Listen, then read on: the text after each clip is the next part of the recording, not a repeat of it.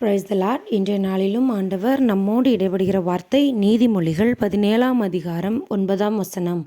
குற்றத்தை மூடுகிறவன் சிநேகிதத்தை நாடுகிறான், கேட்டதை சொல்லுகிறவன் பிராண சிநேகிதரையும் பெரித்து விடுகிறான். அன்பான தேவனுடைய பிள்ளைகளை, ஆண்டவர் இன்னைக்கு நமக்கு கொடுக்குற அறிவுரை, ஆலோசனை என்னன்னு பார்த்தீங்கன்னா, ஒருத்தர் செய்கிற காரியங்கள் தப்பு அப்படின்னு சொல்லி உங்களுக்கு தெரிஞ்சிச்சுன்னா, முடிஞ்சால் அவங்கக்கிட்ட நீங்கள் அதை சொல்லுங்கள். நீங்கள் செய்கிறது தப்பு, இது சரி, நீங்கள் செய்கிறது சரி இல்லை அப்படிங்கிறத அவங்கக்கிட்ட சொல்லுங்கள். இல்லாத பட்சத்தில் அதை யார்கிட்டையுமே சொல்லாதீங்க.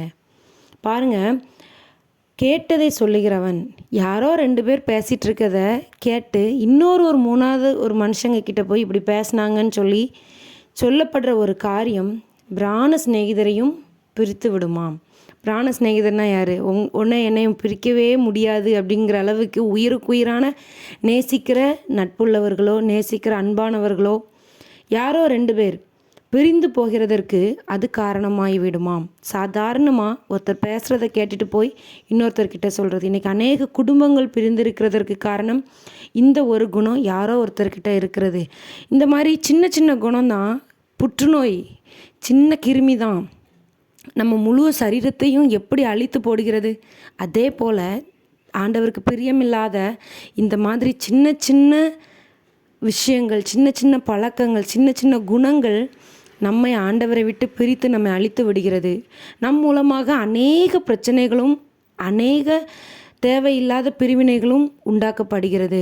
குடும்பங்களில், சபைகளில், இன்னும் உலகத்தில் நீங்கள் வேலை பார்க்குற இடங்களில் தனியாக உட்காந்து சிந்திச்சு பார்ப்பீங்கன்னா, ஒரு வேளை இந்த குணம் நம்மக்கிட்ட இருந்ததுன்னா தயவு செஞ்சு அதை ஆண்டவர்கிட்ட இன்றைக்கே சொல்லி அறிக்கை பண்ணி, இனிமேல் என்னால் இந்த மாதிரி பிரிவினைகள் வரக்கூடாதுன்னு மன்னிப்பு கேளுங்க. அது மட்டும் இல்லை, ஆண்டவரிடத்தில் கேட்ட ஆண்டவர் நிச்சயமாய் இந்த குணத்தை நம்மகிட்ட இருந்து எடுத்து போட அவர் பெரியவராக இருக்கிறார். 2 பண்ணுதல் பில்லி சூனிய பாவத்திற்கு எதுவாக இருக்கிறதுன்னு சொல்லி பைபிள் சொல்லுது. பில்லி சூனியம் வைக்கிறவங்க இல்லை நாங்கன்னு சொல்லி நம்ம நினைக்கலாம். கிறிஸ்தவர்கள் சூனியம் வைக்கிறாங்க, மந்திரம் பண்ணுதாங்கன்னு சொன்னால், அப்பா இந்த பாவத்தெல்லாம் நான் பண்ணுறதே இல்லைப்பா, நாங்களாம் பரிசுத்தவான்கள் அப்படின்னு சொல்லுவோம். ஆனால் நம்மளுடைய வார்த்தையினால், நம்முடைய செய்கையினால் ஏதோ ஒரு இடத்துல பிரிவினை உண்டாச்சுன்னு சொன்னால் நம்ம பில்லி சூனிய பாவத்தை செய்தவர்கள் என்று வேதாகமம் கற்றுக் கொடுக்கிறது. அன்பான தேவனுடைய பிள்ளைகளை, இது ஒருத்தர் பேசுகிறது இன்னொருத்தர்கிட்ட போய் சொல்கிறது ஒரு சாதாரண விஷயம். இது ஒரு பெரிய பாவமா அப்படின்னு நம்ம நினைக்கலாம். ஆனால் நம்முடைய அந்த ஒரு சின்ன தவறுனால பிரிவினைகள் வரும் பொழுது அது பாவமாக கருதப்படுகிறது.